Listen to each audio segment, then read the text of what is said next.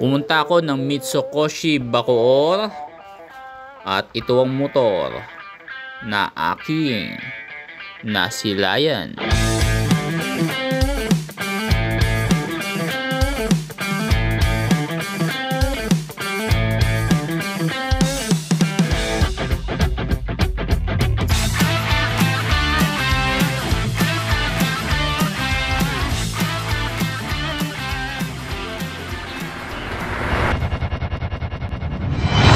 Boss Motovlog. Ito ang EZ125 ng Euro Motors. Para sa kalaman nyo, ang Euro Motors na brand ay hawak po ng Mitsukoshi na humahawak din ng SYM, Venelli, Euro Kiway. May mga bago rin silang labas gaya ng Benda at yung MVP. Well, napakadaming hinahawakan ng Mitsukoshi at isa nga itong Euro Motors sa isa sa mga magagandang brand na meron sila.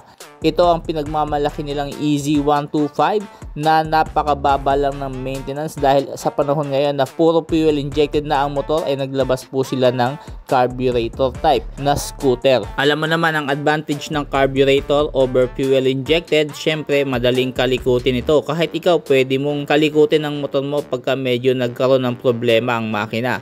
At pwede mo ring i-adjust ang hangin, pwede mo i-adjust ang gasolina para mas mapabilis pa ang iyong scooter. Hindi kagaya pag fuel injected, kailangan mo ng diagnostic tool para basahin ang ECU nito. Dito ay wala po itong ECU at isa pa, maganda rin ang cooling system na air-cooled dahil mababa lang po ang maintenance. Wala po itong coolant na kagaya ng mga water-cooled na motor. So napakababa lang ng maintenance, at the same time madaling kalikutin. At tamang-tama, pang city riding, pwede mo ring sampahan ng mga pinamili dahil sa gulay board.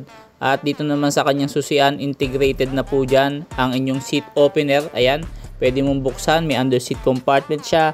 At yung tangke naman niya is 6.5 liters ang kanyang fuel tank. Kaya pwede, malayo-layo na rin mararating mo dito. Mas malaki to kesa sa MIUI 125 na pinagagayahan itong motor na to. At ang kanyang konsumo naman sa gasolina, conforme sa bigat niya, average 48 km per liter po. So hindi na masama para sa 125cc na carburetor type. Imagine na carburetor type pa yan.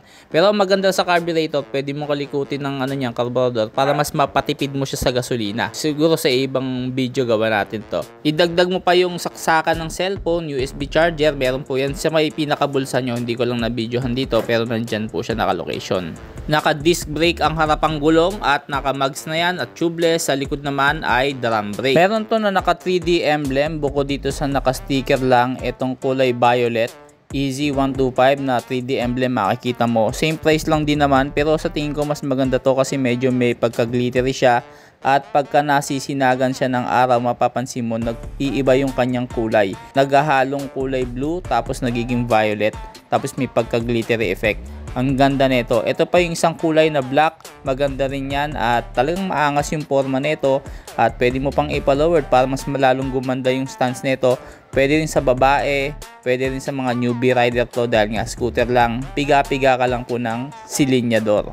Tatlong kulay po ang inilabas, puti, kulay itim at itong may pagka-violet na may pagka-glittery na blue.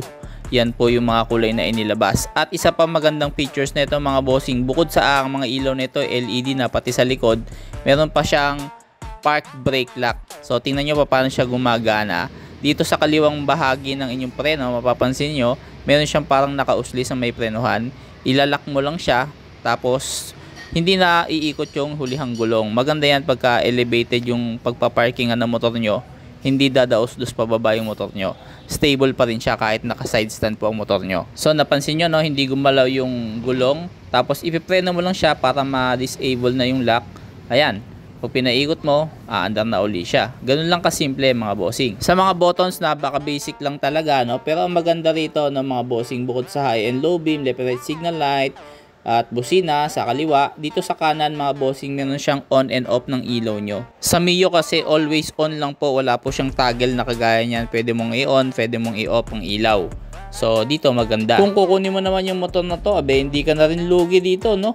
Bukod sa mga naka-LED na mga ilaw, ang ganda pa ng mga specs, may saksakan ng cellphone, pabibili mo lang siya sa halagang 69,900. 3,500 pwede ka na mag-down dito para maiuwi mo yung motor. At sa tindig naman, syempre, tingnan mo naman, ibang iba rin sa Mio dahil nga meron siyang daytime running light na nagsilbing sungay ng motor na to.